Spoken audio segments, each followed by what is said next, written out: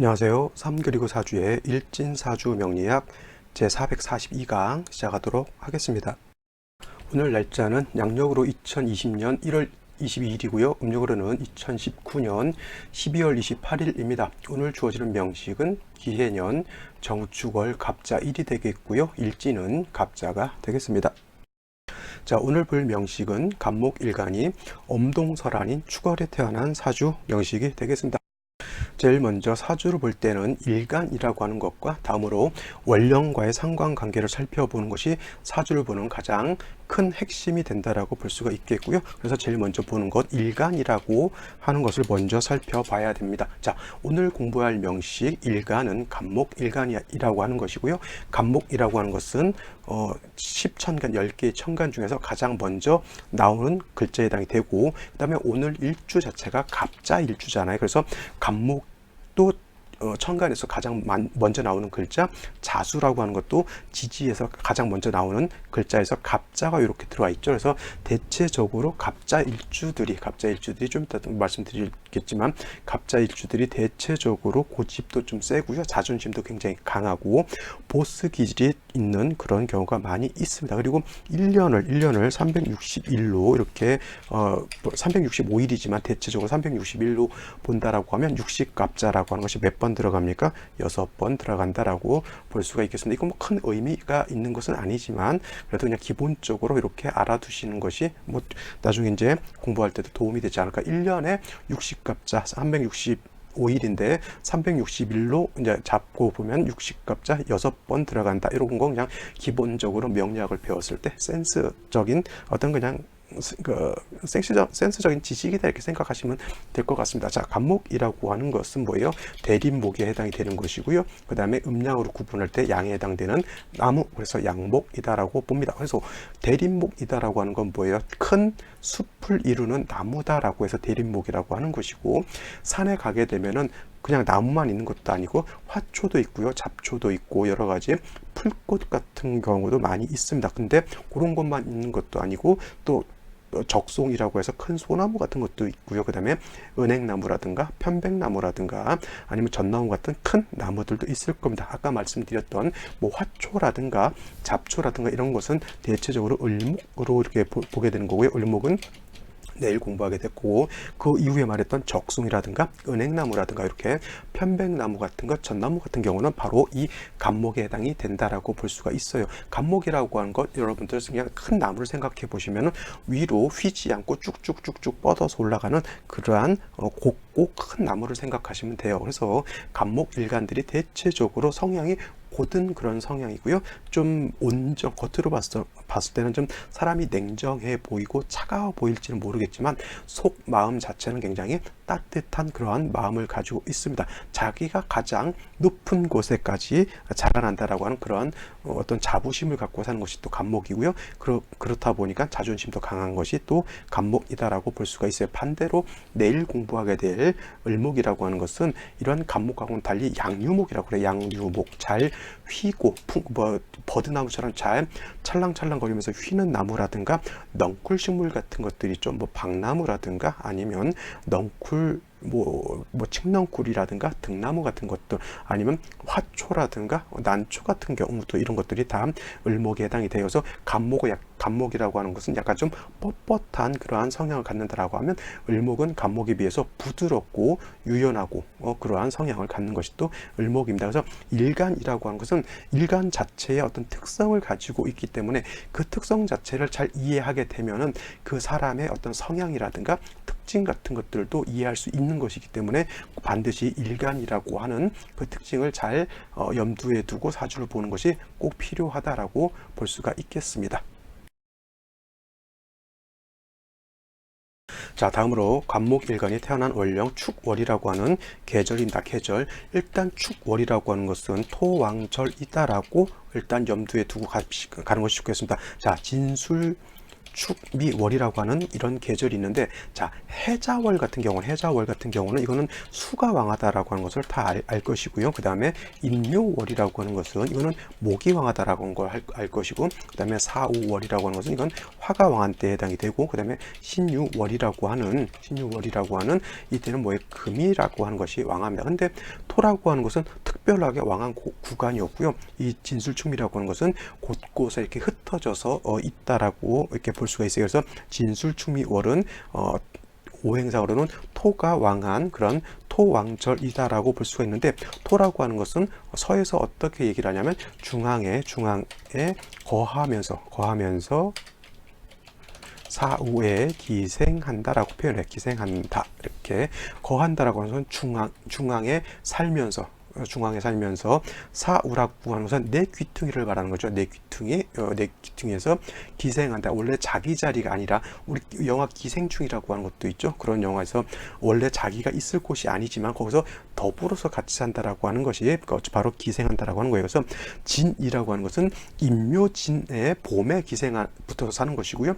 술이라고 하는 것은 신유술 서방에서 금이 왕할 때 기생해서 사는 것이고, 축이라고 하는 것은 해자축, 북방 수가 왕할 때 겨울에 기생해서 사는 것이 축. 그 다음에 미라고 하는 것은 사오미 남방화 여름에 기생해서 사는 것이 바로 미에 해당이 되죠. 그래서 술토 같은 경우는 상막한토, 진토라고 하는 것은 갯벌과 같이 영양가가 좀 높은 그런 흙, 미토라고 하는 것은 여름의 흙이기 때문에 매우 바싹 말라 있는 땅, 그 다음에 축토라고 하는 것은 겨울에 있는 흙이기 때문에 얼어져 있는 동토다라고 이렇게 보시면 되겠습니다. 그래서 축월이라고 하는 그런 때는 토가 왕한 계절이면서 이때는 겨울이다라고 하는 것 꼭 명심해 두셔야 합니다.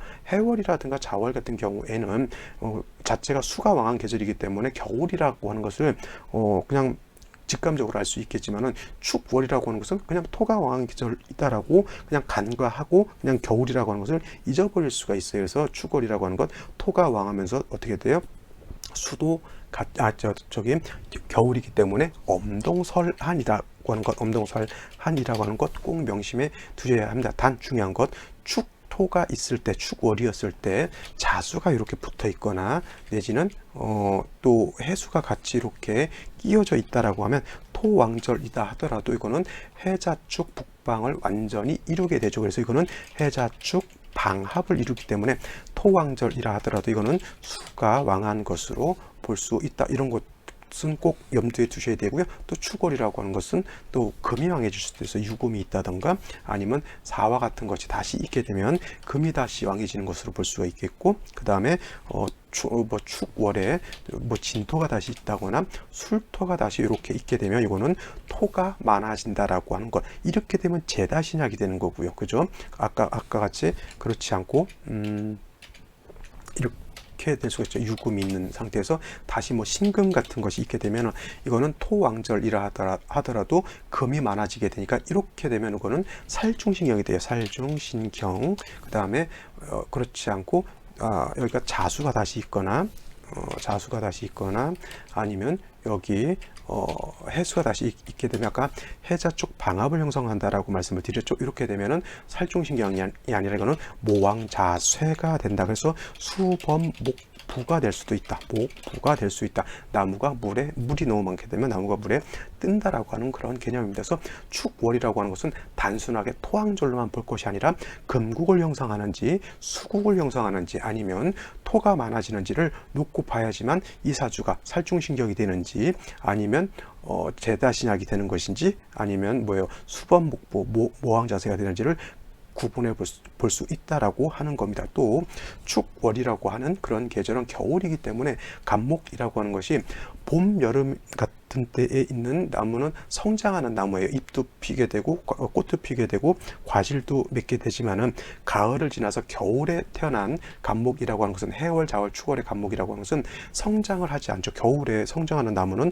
아마 극히 드물 겁니다. 물론 인동초라든가 이런 특수한 나무들이 있기야 있겠지만은 겨울 같은 경우에는 동물도 그렇고 식물도 그렇고 성장을 거의 멈추고 있는 상태죠. 그래서 이렇게 해자축월에 태어난 갑목이라고 하는 것은 성장하는 생목이라고 보기보다는 그냥 다자란 성목으로 보기 때문에 이때는 그냥 갑목을 그냥 놔둘 수는 없는 것이고 경금으로서 작벌하여 동량지목으로 쓴다라고 이렇게 보면 됩니다. 그래서 갑목이 축월에 태어났을 때는 반드시 경금이 있어서 갑목을 작벌하고요. 그 다음에 정화 같은 것이 있게 되면은 경금이 갑목을 작벌할 때 정화로서 경금을 단련하게 되면 마치 도끼를 불로서 잘 다듬어서 도끼의 날을 날카롭게 만들어서 갑목을 벨 수 있다라고 이렇게 설명을 하게 되죠. 그 다음에 동절이기 때문에 병화 같은 것, 천간으로 병화라든가 지지로 4화 정도 하나 정도는 있어야지만 축월의 엄동설안의 기운을 따뜻하게 조우할 수도 있다라고 볼 수가 있는 겁니다. 그래서 정리를 하자면 갑목이 축월에 태어났을 때 토왕절이면서 엄동설안에 태어났기 때문에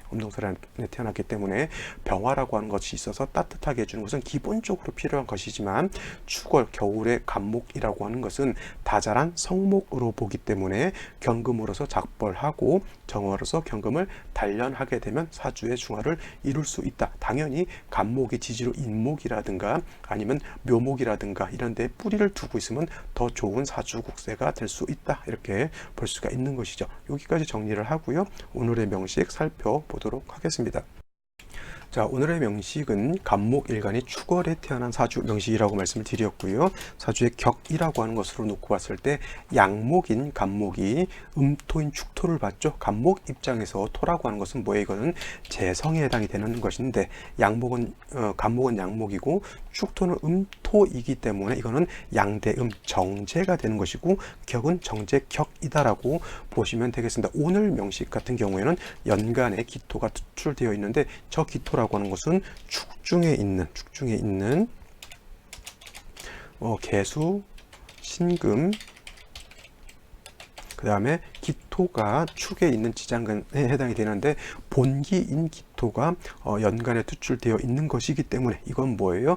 원한적인 정제격이 될 수 있다. 단 중요한 것, 갑목이 축월에 태어났을 때는 갑목에 비해서 재성이 더 왕하잖아요. 이렇게 그죠? 재성이 더 왕하기 때문에 자칫 토가 더 왕해지게 되면 재다신약이 될 수 있다라고 하는 것도 염두에 두셨으면 좋겠습니다. 일단 뭐예요?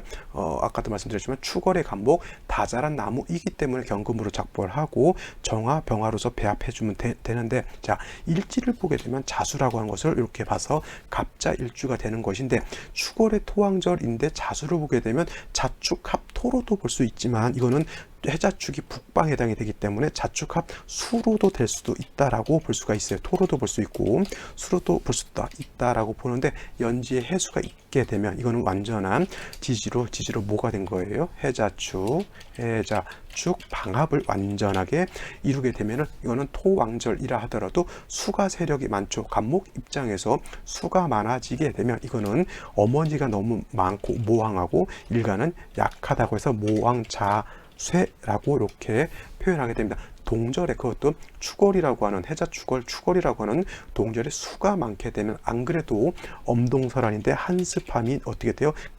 한습이 크게 가중되는 그런 환경입니다. 일단 뭐예요? 경금정화도 중요하지만 이렇게 수가 많아지게 되면 반드시 일단 해동부터 해야 돼요. 얼어붙은 그런 세상을 따뜻하게 해주는 것이 가장 먼저 절실하게 필요하다라고 볼 수가 있는데 월간의 정화라고 하는 것이 투출이라기보다는 이제 정간에 있는 것인데 이 정화가 3주까지만 놓고 봤을 때 뿌리 둘 곳이 한 군데도 없는 것이 가장 큰 문제다라고 볼 수가 있겠습니다. 일단 중요한 것 수가 너무 많아서 한습함이 가중되어 있기 때문에 일단 따뜻하게 해주는 것이 가장 필요한 그런 사주국세가 된다라고 보시면 되겠고 여기다 생시는 어떤 생시가 오면 좋은지 한번 살펴보면 좋겠죠.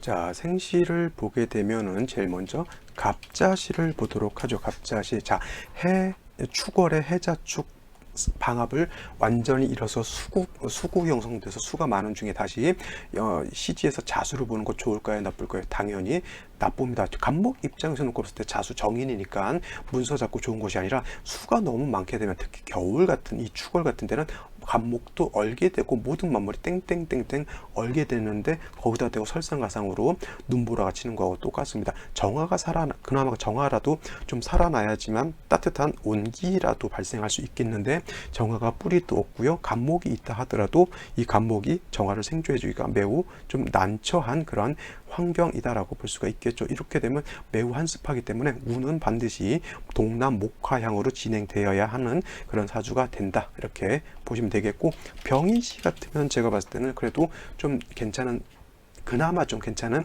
생시가 아닐까 싶어요. 해자축 수국이 형성됐다 하더라도 인목을 보게 되면 이 왕수의 기운을 인목 자체가 수생목 해가지고 설계할 수 있겠고요. 간목 자체가 물론 해에도 뿌리를 둘 수는 있다고 하지만 물이 너무 많은 중에 인목을 보게 되면 뭐예요? 간목이 뿌리를 튼튼하게 둘 수 있습니다.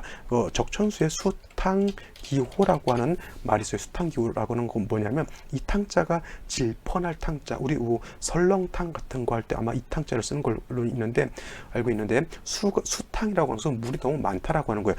해자축월에 이렇게 방압을 형성해서 수가 많으면 이게 바로 수탕해지는 거예요. 수가 너무 질펀하게 많아지는 거죠. 그때는 뭐예요?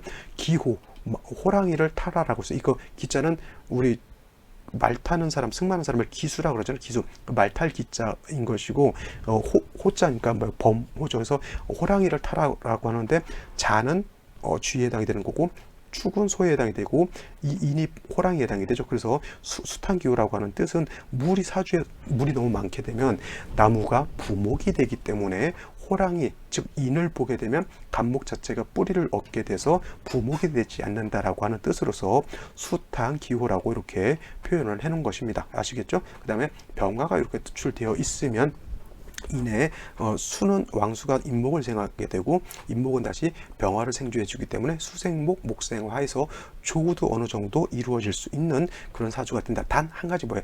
경금이 있었다라고 하면 간목을 작벌해서 동량지목으로 쓰는 그러한 용도가 있었을 것인데, 이거는 그렇지 못한 것이 흠이 된다라고 볼 수가 있겠죠. 정묘시가 된다라고 하면 정묘시가 되면 똑같은 정화를 보고 묘목을 본다 하더라도 병인시에 비해서 조후하는 공력, 정화는 병화에 비해서 월등히 공력이 크지는 못하고요. 그 다음에 묘목은 승목이기 때문에 화를 생하는 그런 공력도 많이 떨어집니다. 그래서 같은 화목을 봤다 하더라도 정묘에 비해서 병인이 월등히 공력이 더 큰 것이고요. 또 무진이 됐을 때는 이렇게 되면은 해자축에다가 진토 있다 하더라도 자진이 또 반합 회곡할 수도 있으니까 이것도 마찬가지로 수국을 형성한 거하고 똑같죠. 수가 많은 그런 중에 무토가 있어서 수를 억제시켜주는 용도는 있다 하더라도 역시나 뭐예요? 한겨울에 조후가 하나도 되지 않기 때문에 모든 만물이 얼어져 있다. 이것도 마찬가지로 빨리 화운으로 가야지만 나무도 땅도 녹아서 살 수 있다, 이렇게 볼 수 있겠죠. 경호시가 된다라고 하면 이 사주가 굉장히 좋을 것 같은데, 문제가 뭐냐면, 자, 정화 용도가 있어요. 오화에 뿌리를 두기 때문에. 그 다음에 병화는 없다 하더라도 경금이 있어서 간목이라고 하는 것을 작벌할 수 있는 그런 구조, 사주의 틀은 되지만은 이건 뭐예요? 좌우충하게 되면은 해자축의 왕수가 오화를 보게 되면 오화가 날아가 버려요. 그래서 이거를 왕자충세 쇠자발이라고 표현하는 겁니다. 왕자충세 쇠자발이라고 해요. 이렇게 되면 오화를 전혀 쓸 수 없다라고 하면 월간에 있는 정화도 오화에 뿌리를 둘 수 없다. 경금도 마찬가지로 화가 없게 되면 간목을 작벌함에 있어서 약간 문제가 발생할 수 있다라고 볼 수가 있겠죠. 임신계유시가 된다 하더라도 한숨만 더 가중될 뿐이다라고 보시면 되겠습니다. 오늘 생시는 여기까지 보도록 하겠습니다. 자, 오늘 같이 비교 분석해 할 명식은 이렇게 생긴 사주 명식이 되겠습니다. 그래서 연주는 무술연생이 되겠고요. 월은 을주, 일은 갑인일이 되는 그런 사주가 되겠습니다. 같이 비교 분석하는 사주니까 오늘의 명식도 같이 옆에다 붙여놓고 보도록 하죠. 이렇게 붙여놓게 되면, 자, 똑같습니다. 일간간목인 것이고요.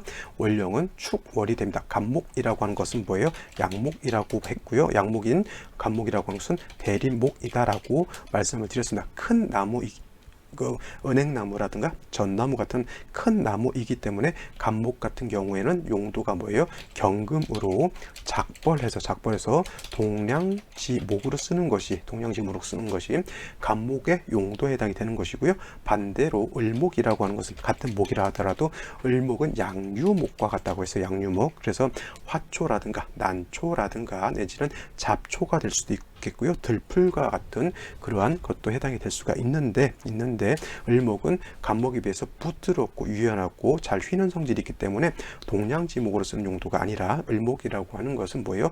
꽃을 피우는 그러한 용도로 쓰게 된다. 그래서 같은 목이라 하더라도 양목인 간목하고 음목인 을목하고는 차이가 있다, 이렇게 보시면 되겠습니다. 이 사주 오늘 봤던 명식은 간목의 동절인 축월에 엄청 추운 엄동설환인 축월에 태어나서 지지로 해자축 방합을 형성한 그런 사주가 되는 것이고요. 그래서 이 사주는 수가 너무 많은 것이 문제가 됐던 사주라고 한다라고 하면 같이 비교 분석할 이 사주는, 자, 간목이 축월에 태어났는데 월지만 놓고 봤을 때 똑같이 얘도 이 사주도 정제격이 되는데, 이 사주 같은 경우 기토가 투출을 했다 하더라도 수가 많아서 그러니까 인성이 수가 문제가 되는 것인데, 이 사주 같은 경우는 정제격 간목이 축월에 태어나 정제격이라 하더라도 연주에 무술토가 있게 되면 오히려 이거는 재다신 약한 그러한 사주가 된다라고 말씀을 드렸습니다. 자, 축월이라고 하는 것은 월령이 축월일 때는 사유축 금국을 이루는지 아니면 해자축 방합을 이루는지 아니면 토국을 이루는지를 꼭 봐야 된다라고 하는 말씀드리는데, 이 명식 같은 경우는 수국을 형성했기 때문에 일간 자체가 약하고 인성이 많으니까 자쇠한 사주가 되는 것이고요. 이 사주 같은 경우는 축월에 무술토까지 있기 때문에 일간이는 약하고 재성이 왕한 재다신 약한 그러한 사주 국세가 되는 것입니다. 단 중요한 것은 뭐예요? 이 사주는 인성만 많지만 그래도 이 사주 같은 경우는 일지의 자수가 아니라 인목을 받기 때문에 이 사주는 그렇다 하더라도 그렇게 극약한 사주는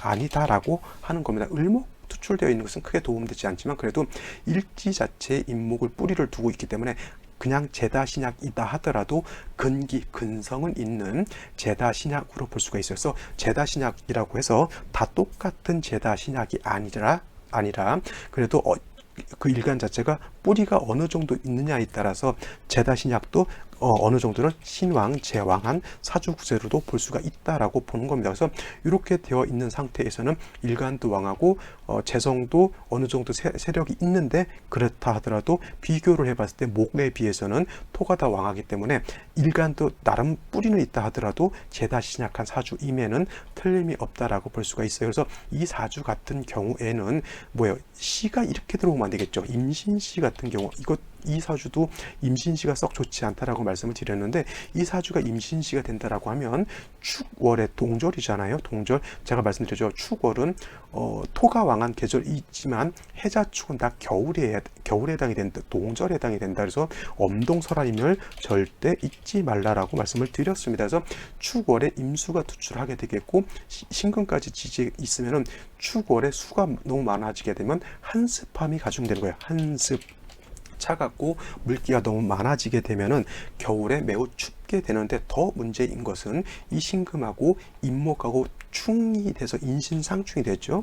인신상충이 되기 때문에 간목이 그나마 뿌리를 넣던 인목이 깨져버리게 되면 완전한 제다신약으로 바뀌게 되기 때문에 이러한 생신은 나와서는 안 되는 것이고요. 다음으로 개유시가 된다 하더라도 이 개수가 투출하는 것은 썩 좋지 않으나, 그렇다 하더라도 개유시는 임신시에 비하면 훨씬 나은 것이, 유금은 인목하고 원진 같은 것은 될 수 있다 손치더라도 유금의 을목을 충해가지고 날려버리지는 못하거든요. 그래서 이거는 그래도 임신 시보다는 개유시가 좀 더 낫긴 하지만 똑같이 개수가 동절에 투철하게 되면 한습함이 가중되는 것이 매우 큰 문제가 될 수 있겠고, 이렇게 된다 하면 인중에 있는 병화로서 조후하는 그러한 사주 국세가 된다라고 볼 수가 있겠습니다. 이 사주 만약에 무진시가 된다라고 하면 어떻게 될까요? 무진시.